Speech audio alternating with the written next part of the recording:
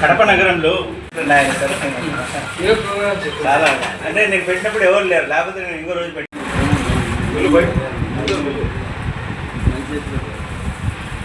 తీసుకున్నారు.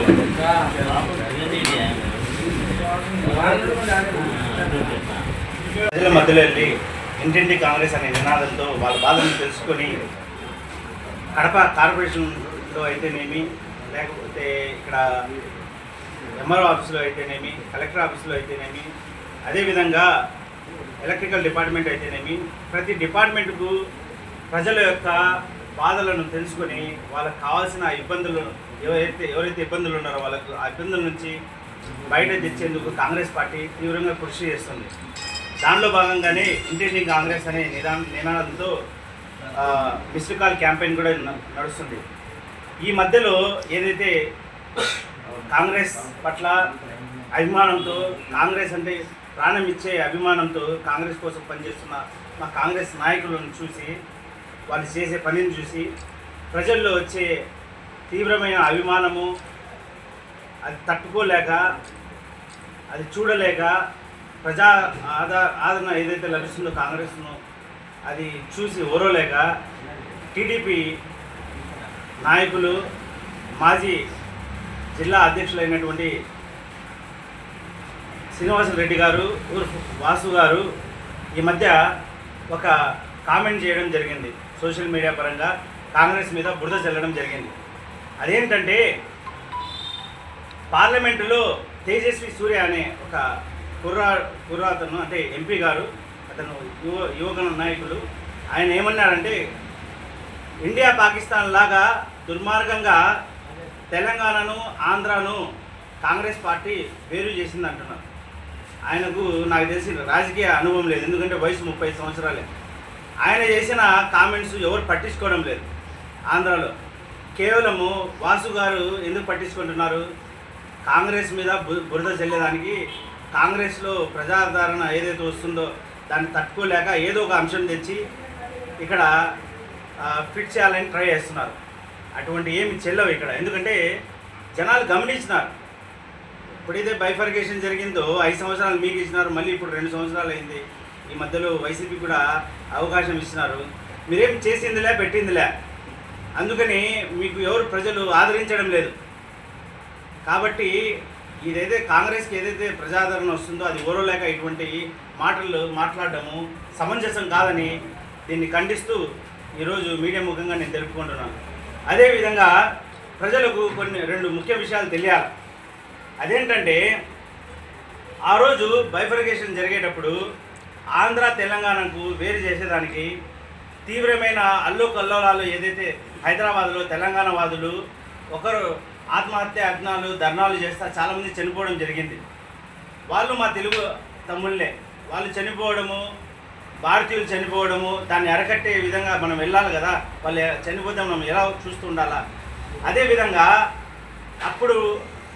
ఇప్పుడు ఏదైతే పార్టీలు కాంగ్రెస్ మీద బురద జల్లుతున్నాయో ఆ రోజు అన్ని పార్టీలు మమేకమై అందరు కలిసి తెలంగాణ సపరేట్ చేయాలని చెప్పినాయి.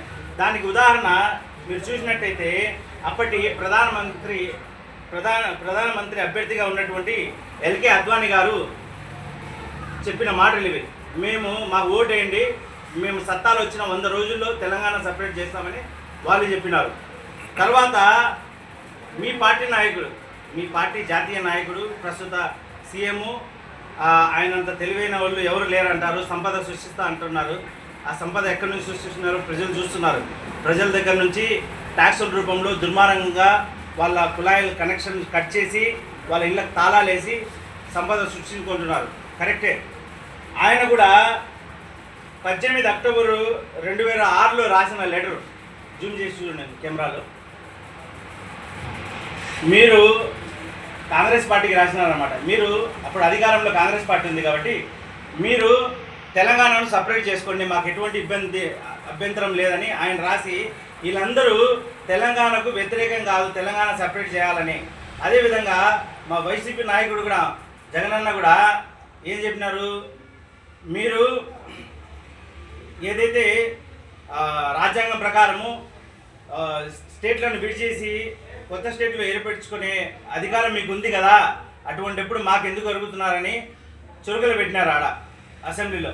ఈ విధంగా వీళ్ళంతా ఒకటే తెలంగాణ సపరేట్ చేయాలని, అక్కడ సివిల్ వార్ అయ్యి హైదరాబాద్లో చాలామంది యువకులు చనిపోతా ఉంటే దీన్ని ఎలా పరిష్కరించాలని ఉమ్మడి రాజధానిగా హైదరాబాద్ 10 సంవత్సరాలు పెట్టి ప్రత్యేక హోదా ఇచ్చి ఆదుకొని హైదరాబాద్ కన్నా ఇంకా బాగా డెవలప్ చేస్తామని కాంగ్రెస్ పార్టీ విధి లేని పరిస్థితుల్లో వీళ్ళందరూ కలిసి చేయాల్సిందంటే అన్ని పార్టీలు కలిసి అప్పుడు సపరేట్ చేయాల్సి వచ్చింది. ఎందుకంటే పగ్గం కాంగ్రెస్ చేతిలో ఉంది, అధికారం కాంగ్రెస్ చేతిలో ఉంది.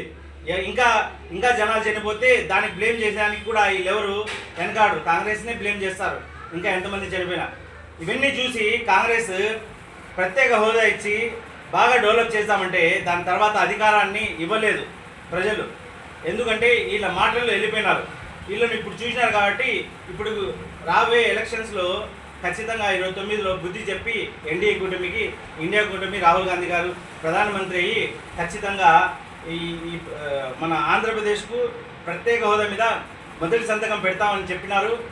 మొదటి సంతకం పెట్టి ఆంధ్రప్రదేశ్ను ప్రగతి వైపు తీసుకుని వెళ్తాం. ఎందుకంటే ఇదేదైతే ఉందో వైసీపీ, టీడీపీ వీళ్ళిద్దరూ బీజేపీతో కలిసి ఉండి ఇక్కడ కొట్లాడుకుంటారు, కానీ అక్కడ వెళ్ళేసి ఇద్దరు బీజేపీతోనే కలిసి అక్కడ బీజేపీ మద్దతు ఇచ్చి ప్రత్యేక హోదా తేలేదు. వీళ్ళు ఆంధ్రప్రదేశ్ను డెవలప్ చేయరు కూడా. అలా చేయలేక ప్రజల పట్ల విమర్శ ఎదుర్కొంటున్నారు కాబట్టి కాంగ్రెస్ ఆదరణ పొందుతుంది. కాబట్టి వాసు గారు ఈ విధంగా మాట్లాడడం ఎంతైనా సమంజసం కాదు, ఇది మంచిది కాదని ఈ మీడియా ముఖంగా తెలుపుకుంటున్నాను. మహిళలకు 33% రిజర్వేషన్ ఇస్తూ పాస్ చేసిన బిల్లు ఎన్డీఏ గవర్నమెంట్, దీనికి కాంగ్రెస్ మద్దతు ఇచ్చింది. ఎందుకంటే మహిళల పట్ల కాంగ్రెస్కు చాలా మంచి అభిప్రాయం. 50% ఇచ్చినా మేము ఇస్తామంటున్నారు. 50% ఇచ్చిన రిజర్వేషన్ మేము ఆ బిల్లుకు ఆమోదం దానికి రెడీగా ఉన్నామంటున్నాం. కాకపోతే బిల్లు పాస్ అయిపోయిన తర్వాత మళ్ళీ బిల్లు పాస్ చేశారు. మహిళలకు 23లో అయిపోయింది కదా, మళ్ళీ ఎందుకు పాస్ చేస్తున్నారు? అది మహిళా బిల్లు కాదు, అది డీలిమిటేషన్ వల్ల మన దక్షిణ రాష్ట్రాలకు తీవ్రమైన నష్టం కలుగుతుంది. ఒకవేళ ఆ డీలిమిటేషన్ బిల్లు రాహుల్ గాంధీ గారు అడ్డుకోకుంటే మన దక్షిణ రాష్ట్రాలు ఏవైతే ఉన్నాయో రాబోయే కాలంలో వాళ్ళ మనుగడ చాలా కష్టమయ్యేది. ఎందుకంటే జనాభా లెక్కల ప్రకారము సీట్లను పెంచమంటున్నారు, రాజ్యం ప్రకారం ఉందంటున్నారు. సరే, జనాభా నియంత్రణ పాటిస్తూ జనాభాను ప్రగతి వైపుకు వెళ్తాం, దక్షిణ రాష్ట్రాలు ఇంత ప్రగతి సాధించి జీఎస్టీ రూపంలో అయితేనేమి, ఇతర రూపంతో అయితేనేమి కేంద్రానికి ఫండ్స్ పంపించి మన దేశానికి ఒక పట్టులాగా ఉండే దక్షిణ రాష్ట్రాల నుంచి డబ్బులు తీసుకొని ఉత్తర రాష్ట్రాలకు అక్కడ సంపదను పంపిస్తూ ఏదైతే ఎన్డీఏ గవర్నమెంట్ ఉందో అలా నడుపుతుంది. ఇప్పుడు వాళ్ళ మతతత్వ ద్వేషపూరిత పాలన అనేది అక్కడ కొన్ని చోట్ల ఉత్తర భారతదేశంలో నడుస్తుంది. దాన్ని వాళ్ళు ఆసరాగా చూసుకొని ఎల్లప్పుడూ వాళ్ళే అధికారంలో ఉండాలనే ఉద్దేశంతో అక్కడ సీట్లు పెంచి తద్వారా పార్లమెంట్లో వాళ్ళు నెగ్గి తద్వారా ప్రతిసారి వాళ్ళే ఎన్నికై ఎల్లప్పుడూ వాళ్ళే రాజ్యం వెళ్తామని, దక్షిణ రాష్ట్రాలను అన్యాయం చేద్దామనే పెద్ద కుట్రను రాహుల్ గాంధీ గారు అడ్డుకున్నారు. మీరు నిజంగానే మహిళల పట్ల మీకు మంచి అభిప్రాయం ఉంటే, చిత్తశుద్ధి ఉంటే ఈ బిల్లును అమలు చేయండి.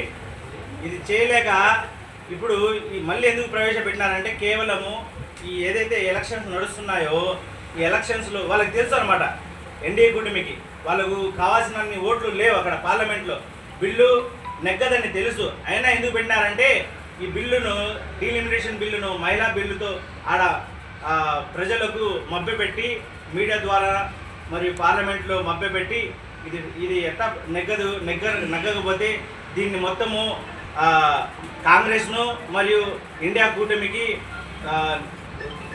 దానికి చెడ్డ పేరు వచ్చే విధంగా ఎలక్షన్స్లో వాడుకుందామనే ఒక పెద్ద కుట్ర పడినారు.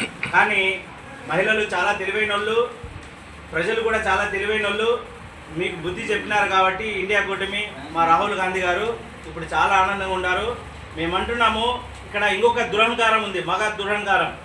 543 సీట్లు ఏదైతే ఉన్నాయో ప్రస్తుతం పార్లమెంటులో దాంట్లోనే 33% ఇయ్యాడంట ఆయన.